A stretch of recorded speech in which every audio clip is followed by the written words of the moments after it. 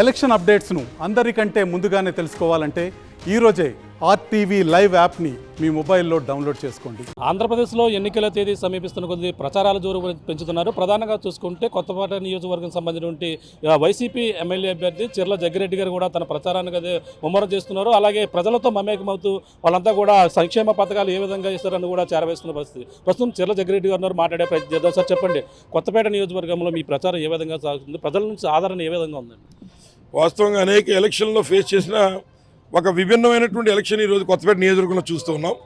ముఖ్యంగా ప్రజలకి కష్టపడి పనిచేస్తే అటువంటి నాయకుడిని గుర్తిస్తాడనేటువంటి దానికి నేడు జరుగుతున్న ఎన్నికలో ఒక ఉదాహరణ.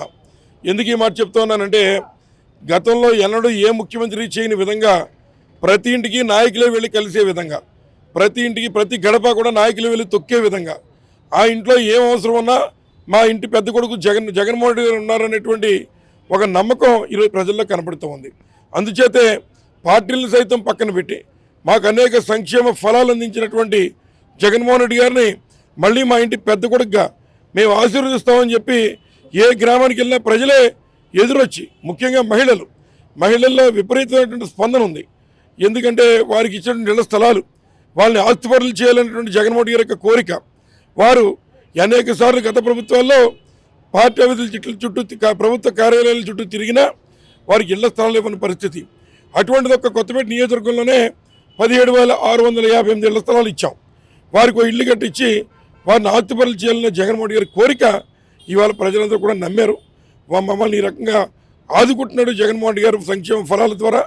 కాబట్టి తప్పనిసరిగా మళ్ళీ ఈ ప్రభుత్వాన్ని తెచ్చుకుని మేము మా కుటుంబాలు కూడా అభివృద్ధి పథంలో నడవాలనే ఆలోచనలోకి ప్రజలంతా కూడా ఒక తాటి మీదకి వచ్చారని మేము భావిస్తున్నాం. అంటే నవరత్నాల ప్లస్ అని మీరు ముందుకు వెళ్తున్నారు, వాళ్ళంతా కూడా సూపర్ 6తో పాటు మరింత సంక్షేమ పథకాలు, విస్తృత 3 గ్యాస్ సిలిండర్లు ఇవన్నీ కూడా ఇస్తామని చెప్పేసి అంటున్నారు. ఈ ఆదరణ మాకే వస్తుంది అంటున్నారు. అంటే ఇవన్నీ కూడా ప్రజలు గమనిస్తున్నారు, చాలా నిశ్చితంగా గమనిస్తూ ఉన్నారు. గతంలో ఏదైతే నవరత్నాలు ప్రజల్లోకి వెళ్ళి చక్కటి స్పందన కనబడుతూ ఉందో, మరి ఆ టైంలో ఈ చంద్రబాబు నాయుడు గారు మరి రాష్ట్రాన్ని నమ్మేశారు, లేదా రాష్ట్రాన్ని శ్రీలంక చేసేశారు, నేనైతే సింగపూర్ చేసి ఉండేవాడిని, లేదా రాష్ట్రాన్ని శ్రీలంక చేశారనేటువంటి తప్పుడు ప్రచారం మరి చంద్రబాబు నాయుడు గారు మాట్లాడారు.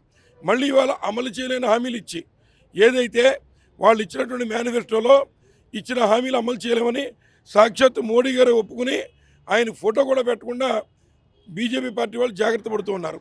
ఈ చంద్రబాబు నాయుడు గారు అంటే మునిగిపోయే నావా, కాబట్టి మేము అందులో ఉండమనే విధంగా బీజేపీ వాళ్ళు మరి వారి ఫోటో కూడా వేయడానికి యాక్సెప్ట్ చేయాల. దీన్ని కూడా ప్రజలు గమనించారు. వాళ్ళ పొత్తులో ఉన్న పార్టీయే తెలుగుదేశం పార్టీ మేనిఫెస్టో నమ్మనప్పుడు మేము ఎందుకు నమ్మాలా? సూపర్ 6 కాదు, ఇది సూసైడ్ 6 అనే విధంగా మరి ప్రజలు ఒక తీర్మానానికి వచ్చారు. తప్పనిసరిగా జగన్మోహన్ గారు ఇచ్చిన మాట కట్టుబడి మరి 14,000 కోట్ల రూపాయలు డ్వాక్రా గ్రూపులు రుణమాఫీ గతంలో మాఫీ చేస్తాను చంద్రబాబు గారు మాట ఇచ్చారు, చేయలేదు, దగా చేశాడు.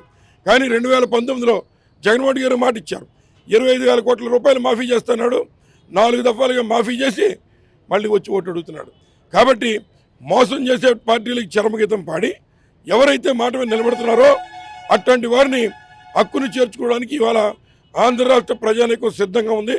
ఈ రాష్ట్రంలో వైఎస్ఆర్ కాంగ్రెస్ పార్టీ ఎంత చిత్తశుద్ధితో పథకాలు అమలు చేశారో దానికి రుణం తీర్చుకోవడానికి ఈరోజు ప్రజలంతా కూడా మళ్ళీ వైసీపీ పట్టం కట్టడానికి సిద్ధంగా ఉన్నారు. అంటే 2019 ఎన్నికల్లో ఇక్కడ త్రిముఖ పోటీ జరిగింది. అక్కడ ప్రధానంగా చూసుకుంటే జనసేన అలాగే వైసీపీ టీడీపీ త్రిముఖ పోటీ జరిగింది. అప్పుడు మీరు విజయం సాధించారు. కానీ ఇప్పుడు టీడీపీ జనసేన 2 కూడా కలవడం విజయం మాదే అని బండారు సత్యానంద ధీమా వ్యక్తం చేస్తున్నారు. ఎలా చూడాలండి? అంటే గతంలో కొత్తపేట నియోజకవర్గం ఎప్పుడు కూడా ఎలక్షన్ విభిన్నంగానే ఉంటుంది. కొత్తపేట నియోజకవర్గంలో ఓటర్లు చాలా చైతన్యవంతులు, చాలా ఆలోచనపరులు. అందుచేతే గతంలో ఎట్లాంటి చంద్రబాబు నాయుడు గారు నక్క చిత్తుల్ని 2014లో సార్ చిత్తు చేశారు. అది ఎట్లా అంటే 2009 ఎలక్షన్లో నేను పోటీ చేస్తే నాకు 60,000 ఓట్లు వచ్చాయి, నా ప్రత్యర్థిగా రోజు 42,000 ఓట్లు వచ్చాయి, తెలుగుదేశం పార్టీకి 40,000 ఓట్లు వచ్చాయి. మళ్ళీ 2014 ఎన్నికలు వచ్చేసరికి ఎవరైతే నాకు ప్రతికూలంగా ఉన్న ఇద్దరు కలిసిపోయారు, అంటే తెలుగుదేశం పార్టీ ప్రజారాజ్యం పార్టీ కలిసిపోయారు. ఆ రకంగా కలిసిపోవడం వల్ల వారికి 1,02,000 ఓట్లు వస్తాయని వాళ్ళు భావించారు. కానీ 2014లో అనూహ్యంగా మొత్తం 4 పార్లమెంట్లలో ఒకే ఒక సీటు గెలిచింది. వ్యతిరేక గాల్లో సైతం కొత్తపేట నియోజకవర్గ ప్రజలు ఏదో 4-5 కలిసిపోయి ప్రజలు మొత్తం ఓడిందామంటే ఇది కొత్తపేట నియోజకవర్గం, అన్నదమ్ముల సెటిల్మెంట్ కాదు. ఇక్కడ ప్రజలు విజ్ఞప్తి ఆలోచించి ఓటేస్తారు. దానికి ఉదాహరణ 2014 ఎలక్షన్. మళ్ళీ అదే రిపీట్ కాబోతుంది. ఎంతమంది కలిసి వచ్చినా ఇక్కడ ప్రజలు ఆలోచన పరులు. అలాగే జన సైనికులు కూడా ఓ మాట మీదకి వచ్చారు. అదేంటంటే మా నాయకుడి గతంలో వంగవీటి మోహన్ రంగ గారిని హత్య చేసిన నాయకుడు మరి నారా చంద్రబాబు నాయుడు గారు మళ్ళీ రెండోసారి ఈ మే 13వ తారీఖున మళ్ళీ నారా చంద్రబాబు నాయుడు గారి చేతిలో మోసపోయేటువంటిది పవన్ కళ్యాణ్ గారు. కాబట్టి జన సైనికులు మేము మోసపోం, విలువ లేని చోట మేము ఉండలేం, మాకు విలువ ఉండే విధంగా మేము అవసరమైతే వైసీపీకి మద్దతిస్తాం అనే విధంగా కొంతమంది మాతో మాట్లాడుతున్నారు. వారు కూడా మాకే సహకరిస్తారు. ప్రధానంగా చూసుకుంటే 2019 ఎన్నికల్లో ఏ హామీలు కొత్తపేట నియోజకవర్గం ఇవ్వడం జరిగింది. ఇప్పుడు కొత్తగా ప్రభుత్వం ఇచ్చే మేనిఫెస్టో కాకుండా కొత్తపేట నియోజకవర్గం చెర్ల జగ్గిరెడ్డి ఎటువంటి హామీతో ముందుకెళ్తున్నారు? గతంలో ఇచ్చిన అనేక హామీల్ని ఈ నియోజకవర్గంలో మా తండ్రి గారి సమయం నుంచి మేము నెరవేర్చాం. అలాగే మా మీద నమ్మకం కూడా ప్రజలకు ఏర్పడింది.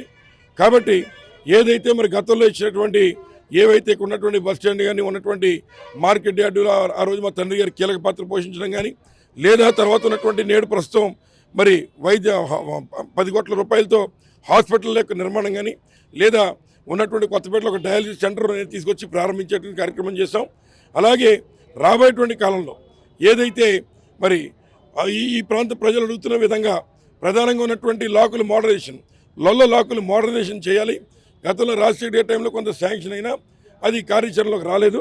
కాబట్టి లొల్ల మోడర్నైజ్ చేసి ఇక్కడ ఉన్నటువంటి డెల్టా సిస్టమ్ను ఆధునీకరించే కార్యక్రమం కూడా జరుగుతుంది. అలాగే ప్రత్యేకంగా ఈ నియోజకవర్గంలో డ్రైనేజ్ సమస్య విపరీతంగా ఉంది. అంచేత డ్రైనేజ్ సమస్యని సమూలంగా పరిష్కారం చేసే విధంగా మేము కార్యాచరణ చేస్తున్నాం. రెండోది, ఏదైతే రైతులకు సాగునీరు అందించేటువంటి దాంట్లో గోపాలపురం లిఫ్ట్ ఇరిగేషన్ గతంలో మరి సంవత్సరం లిఫ్ట్ ఇరిగేషన్ నేను 2004లో కట్టి మరి వసంతవాడ, నార్కెడమిల్లి, అంకంపాలెం ప్రాంతాల్లో భూముల్ని బంగారం చేయగలిగాం రాజశేఖర గారి దయ వల్ల. మళ్ళీ రేపు వచ్చేటువంటి జగన్మోహన్ గారి అధికారంలో మరి తప్పనిసరిగా గోపాలపురం లిఫ్ట్ ఇరిగేషన్ కానీ, లేదా లొల్ల మోడర్నైజేషన్ డెల్టా ఆధునీకరణ కానీ, లేదా ఉన్నటువంటి మౌలిక వస్తువులు ముఖ్యంగా డ్రైనేజ్ సిస్టమ్ కానీ, ఎలక్ట్రిసిటీ కానీ, వీటన్నిటి మీద దృష్టి పెట్టాం.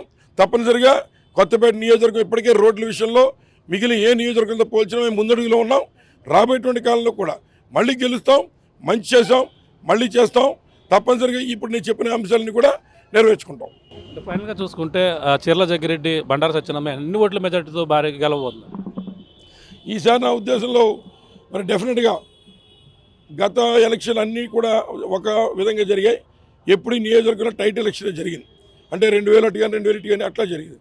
కానీ ఈసారి వన్ సైడ్ ఎలక్షన్ జరగబోతుంది. మెజార్టీ మాకు కూడా అందుబాటులో తప్పనిసరిగా భారీ మెజార్టీతో గెలుస్తాం.